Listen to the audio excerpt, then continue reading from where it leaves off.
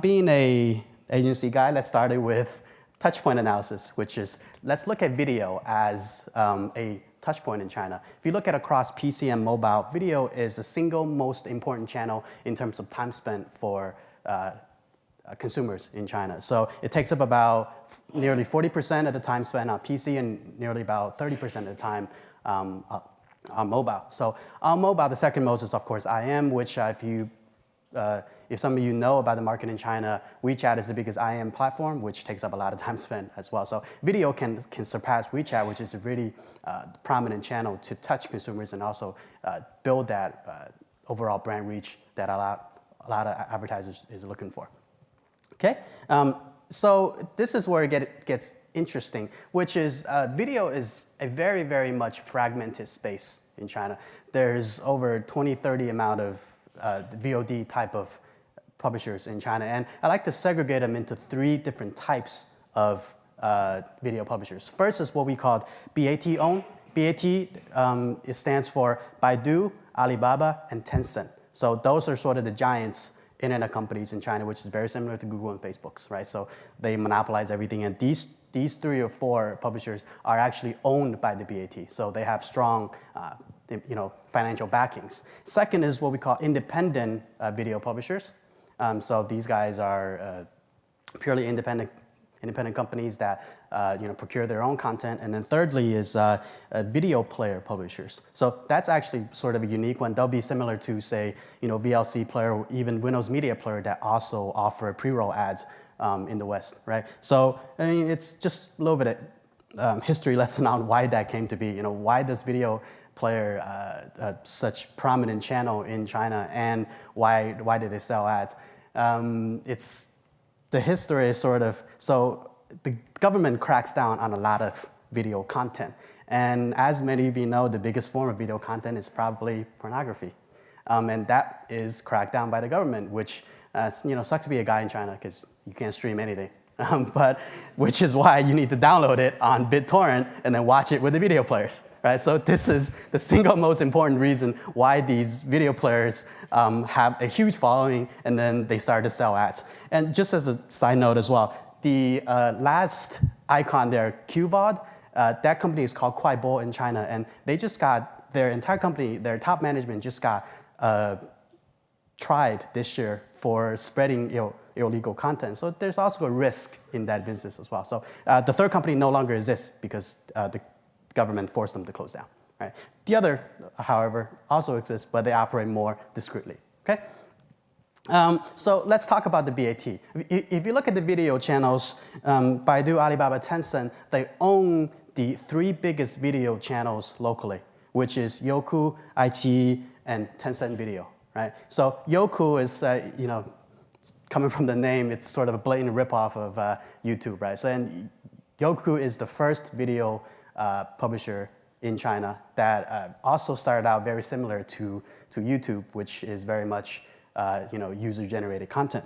So with these sort of bigger houses, like also Facebook and Google's, they tend to go direct, right? They want to establish direct advertising relationships. Sometimes they even go around agencies if they could.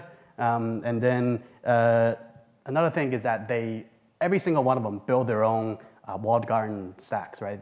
Every single one of them has their own DSP, their own private ad exchange. They don't release any inventory into the private exchanges, the open exchanges like Google's, right? So Google really just aggregates really, really small SMB type of publishers there. They won't be able to get any sort of these more premium content from the video sites.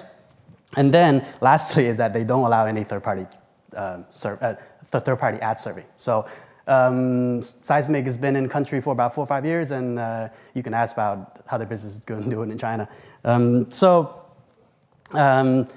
I can explain a little bit more why third-party ad serving is not allowed, but the majority of the reason is just that China is very much a publisher-dominated market, which unless you're P&G or Unilever, you really don't get a lot of say in what happens on their site.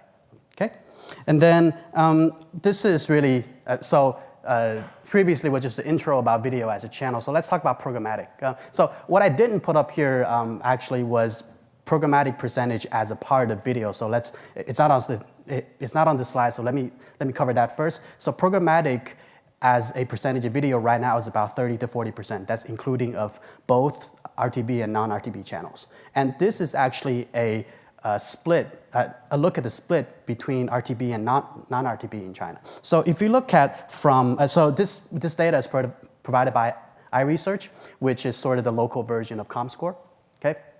If you look at video evolution in these few years, 2012 was sort of the start of the video publishers in China. That's when a lot of the video publishers was founded.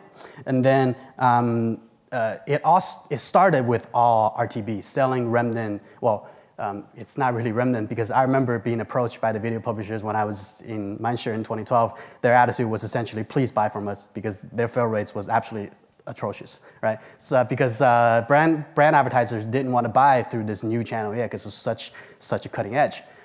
You fast forward into about 3-4 years later on, a lot of brand advertisers started to shift TV budget into the video on demand channels, which then brand advertisers demands absolute quality and control, which is why programmatic direct is starting to grow more. So if you estimate it into next year, programmatic direct is aimed to be about 50% of the overall market versus the RTB channels, right? So why programmatic direct? This is a question that I get so much. Well, and this is the question that I always get from the global team that says, oh, we want to do RTB, we want to do RTB, but and in video, that's the most programmatic that you're probably going to get is programmatic direct. Why? And this slide really explains that, which is if this is China's GDP split by province, and I like to just focus on one point here, which is don't treat China as a US. China is not one single homogenized market. It varies very much depending on where the consumer is. So if you look at the content if you look at where it says the Philippines, that's my hometown in Beijing. The Beijing province has the GDP the same as the Philippines. If you look at some of the fringe provinces, say, for example, on the western part of China, Xinjiang province, has the GDP of Libya, right? If you're a luxury brand, would you advertise in that province? Probably not, because people won't be able to afford your product.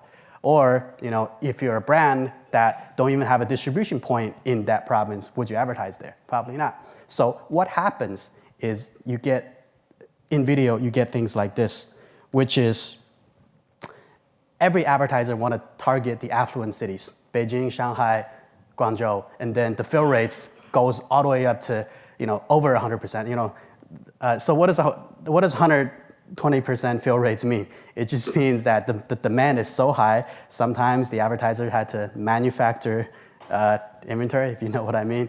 And then, or sometimes if you have a 4-week campaign, the publisher will delay that campaign into about 5 to 6 weeks, depending on who has a high CPM, of course.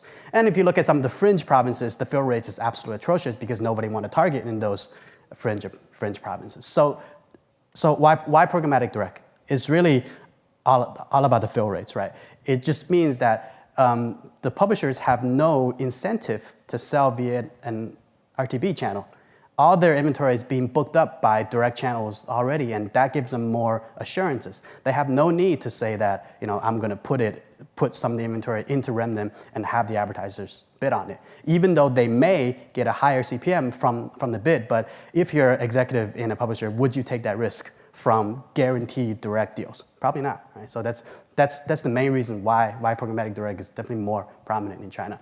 Now, programmatic direct also works a bit differently in China. Programmatic direct and automatic guaranteed, if you look at that in the West, is more about insertion order automation. But in China, is more about, it's very similar to first look. You pick from a fixed selection pool of impressions. So this concept is I would say is very unique to China. I introed it to a lot of folks in the West, and none of them has really heard about this concept. What this means essentially, for example, if I'm an advertiser and want to buy impressions in Beijing market, I want to buy 10 impressions. You negotiate with the publisher to say that, okay, you're going to give me 20, and then I'm only going to pick 10 amongst that 20, and I'm going to give it back 50%. So that's a fixed passback ratio of 50%. So it's a fixed passback ratio. which means that if you look at the blue people and the gray people, it means that if you're an advertiser, you're not going to get 100% on target because it's fixed, right?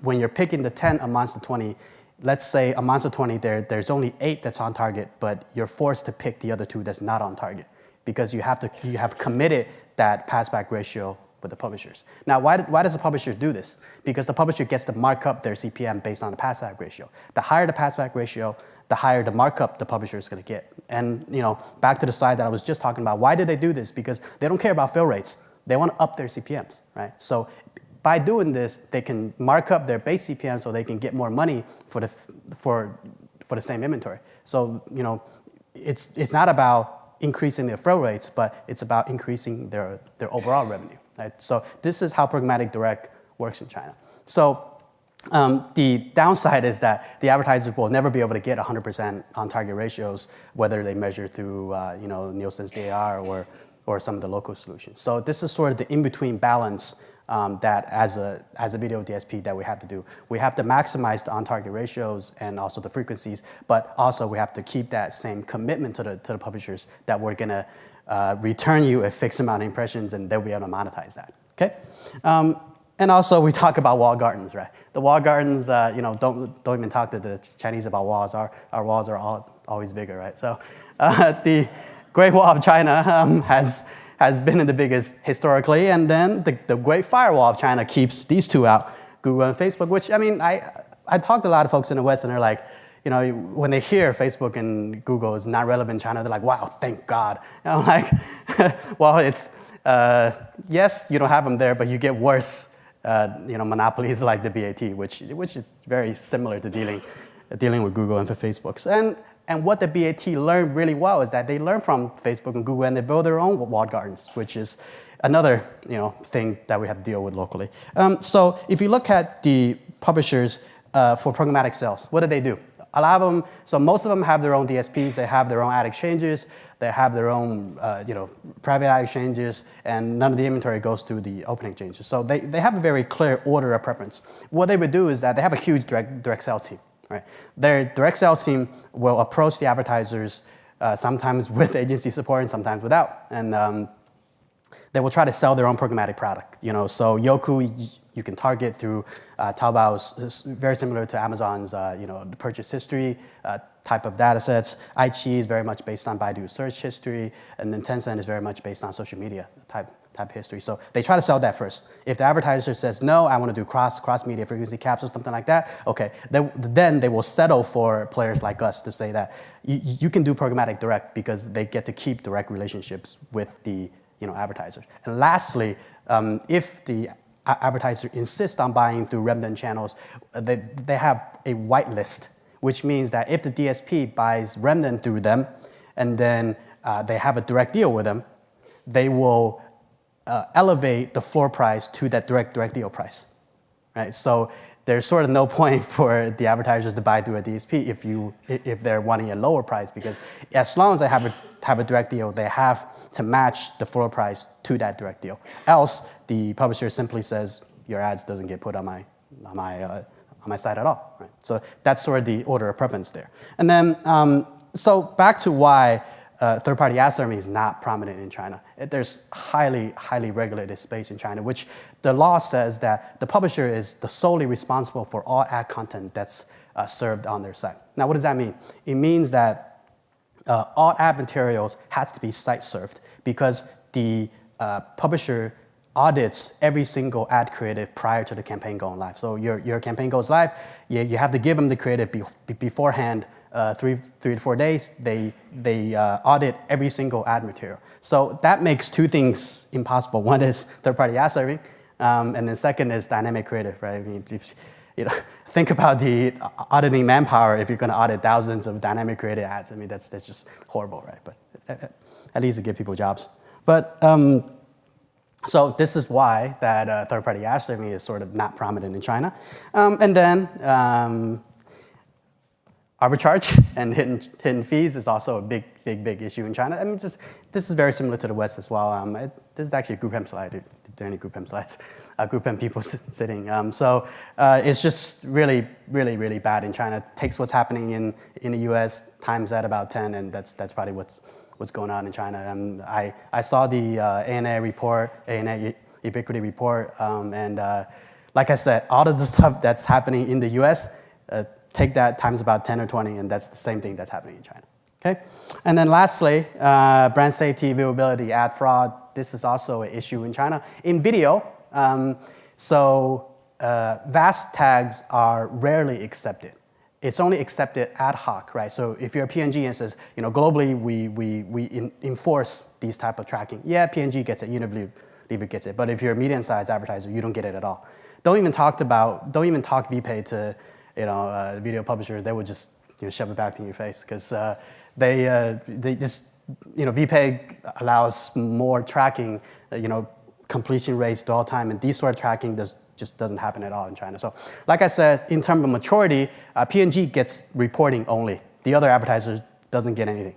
They just get whether your ads has been, whether your tracking codes has been set off. But you don't really know about viewability, you don't really know about the ad fraud percentages, and you don't really know about dwell time and completion rates. So we're trying to get where US is, but it's probably going to take at least 2 to 3 years.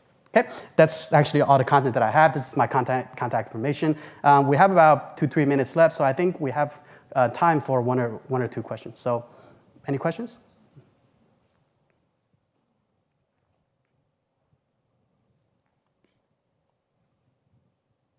No? Oh, there's one over there.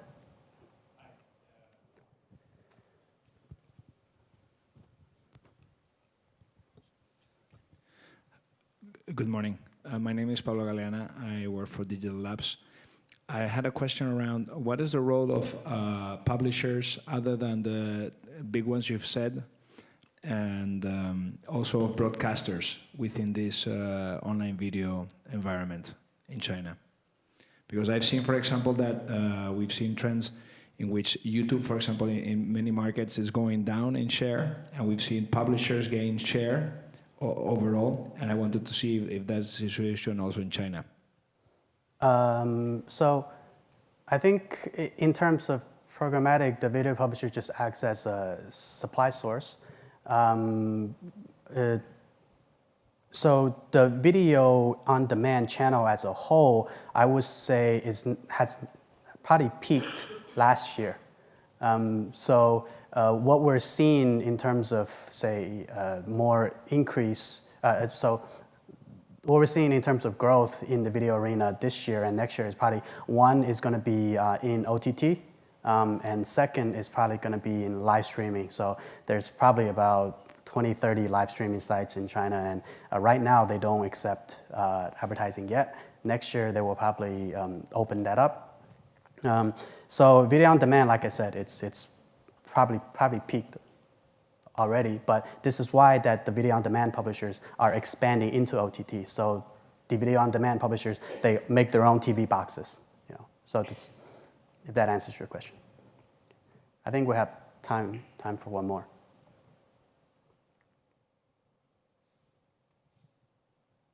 Okay, if not, I think that's all the time that we have today. And if anybody wants to chat more about China programmatic, you can catch me afterwards. Thank you.